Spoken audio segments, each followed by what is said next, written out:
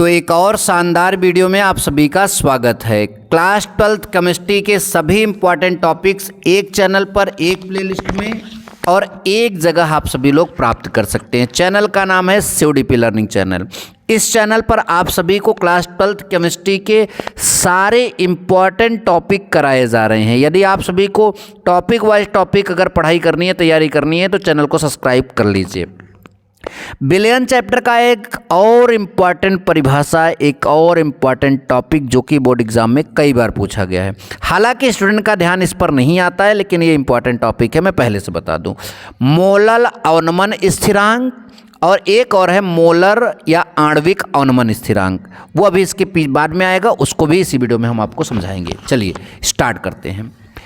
इसकी डेफिनेशन लिखने से पहले आप लिखेंगे हम जानते हैं कि, क्या जानते हैं, एक फार्मूला जानते हैं, delta TF is equal to 1000 गुणते KF गुणते स्मॉल w बटा स्मॉल m गुणते कैपिटल W। समीकरण नंबर 1 हमने बना दिया। किसी को कोई दिक्कत?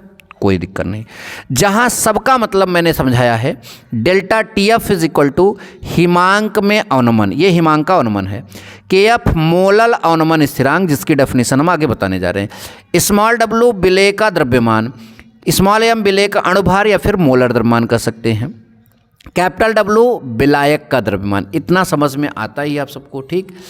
आगे जरा ध्यान से देखिए, अगर थोड़ा ध्यान से देखिए तो हमने यहाँ पर क्या किया, स्मॉल w बाई m यानी ग्राम में अगर विलेय का द्रव्यमान लेते हैं और नीचे मोलर द्रव्यमान लेते हैं और उसकी पूरी वैल्यू कितनी हो जाए 1, तो वो मोल बोला जाता है। तो 1 मोल आपने अगर w बाई m का मान 1 रख लिया तो 1 मोल हो जाएगा, और कैपिटल W का मान 1000 रख दिया तो 1000 यहाँ रखेंगे तो 1000 से 1000 कैंसिल, यहाँ w बाई m की जगह 1 रखेंगे तो 1 का गुणा करेंगे तो KF आएगा, यानी delta TF is equal to कितना हो गया, KF। अब बच्चा डेल्टा TF बराबर KF हो गया, ध्यान से समझिए, डेल्टा TF बराबर क्या हो गया, KF हो गया। तो KF ही तो मोलल अवनमन स्थिरांक है, किसके बराबर है, हिमांक के अवनमन के बराबर है। लेकिन कंडीशन क्या है, जब उसमें किसी विद्युत अनपघट्य का 1 मोल घुला, विद्युत अनपघट्य मतलब विलेय का 1 मोल घुला हो और कितने विलायक में घुला हो, 1000 ग्राम में। तो अब देखिए ऐसे तो डिफाइन करेंगे, किसी विलायक के 1000 ग्राम में, किसी विलायक के 1000 ग्राम में किसी अवाष्पशील विद्युत अनपघट्य का, किसी अवाष्पशील विद्युत अनपघट्य का 1 मोल घोलने पर, 1 मोल घोलने पर उसके हिमांक में जो अवनमन होता है वह उस विलायक का मोलल अवनमन स्थिरांक या हिमांक अवनमन स्थिरांक कहलाता है। फिर से देखेंगे, अच्छे से देखेंगे, किसी विलायक के 1000 ग्राम में किसी अवाष्पशील विद्युत अनपघट्य का 1 मोल घोलने पर जो उसके हिमांक में जो अवनमन होता है वो उस विलायक का मोलल अवनमन स्थिरांक या हिमांक अवनमन स्थिरांक कहलाता है। यहाँ तक समझ में आया? अच्छा, अब हम क्या करेंगे, एक हेडिंग डालेंगे मोलर या आणविक अवनमन स्थिरांक, क्योंकि यह भी डेफिनेशन बहुत बार आपका बोर्ड एग्जाम में पूछा गया है, ठीक। तो वो जो समीकरण 1 था उसमें 10 गुणते KF के बराबर क्या लिख देंगे, K रखने पर। आपको दिखाते भी हैं वो समीकरण कहाँ पर है, ठीक, आपको वो दिखाते हैं समीकरण, ध्यान से देखिए।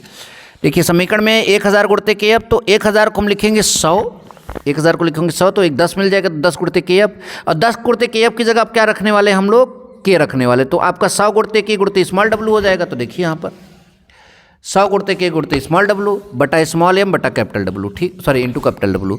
K क्या है, मोलर या आणविक अवनमन स्थिरांक। K क्या है, मोलर या आणविक अवनमन स्थिरांक।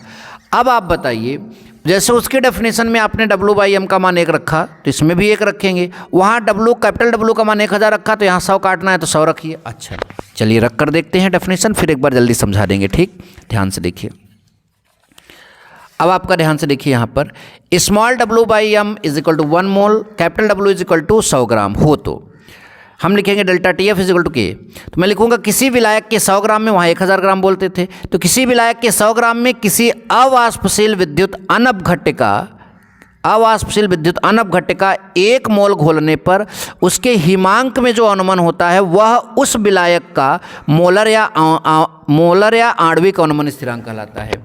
तो यानी अगर 100 ग्राम विलायक में घोलते हो, ध्यान समझो, तो वो मोलर या आणविक अवनमन स्थिरांक होता है। 1000 ग्राम विलायक में घोलते हो तो वो आपका जो है मोलल अवनमन स्थिरांक होता है। आपको इस पूरे कॉन्सेप्ट का स्क्रीनशॉट भी मैं देता हूं, लिख लीजिए। ठीक, सबसे पहले आप इतना स्क्रीनशॉट ले लीजिए। अच्छा, ठीक। फिर उसके बाद आप इतना स्क्रीनशॉट ले लीजिए, ये भी समझ में आया। फिर उसके बाद आप ये जो है इतना स्क्रीनशॉट ले लीजिए। ठीक, अच्छा आपने ले लिया। अब क्या करिए, बचा हुआ जो चीज़ भी उसका भी स्क्रीनशॉट आप ले लीजिए। तो ये हो गया आपका concept clear. Thank you so much. जय हिंद, वंदे मातरम।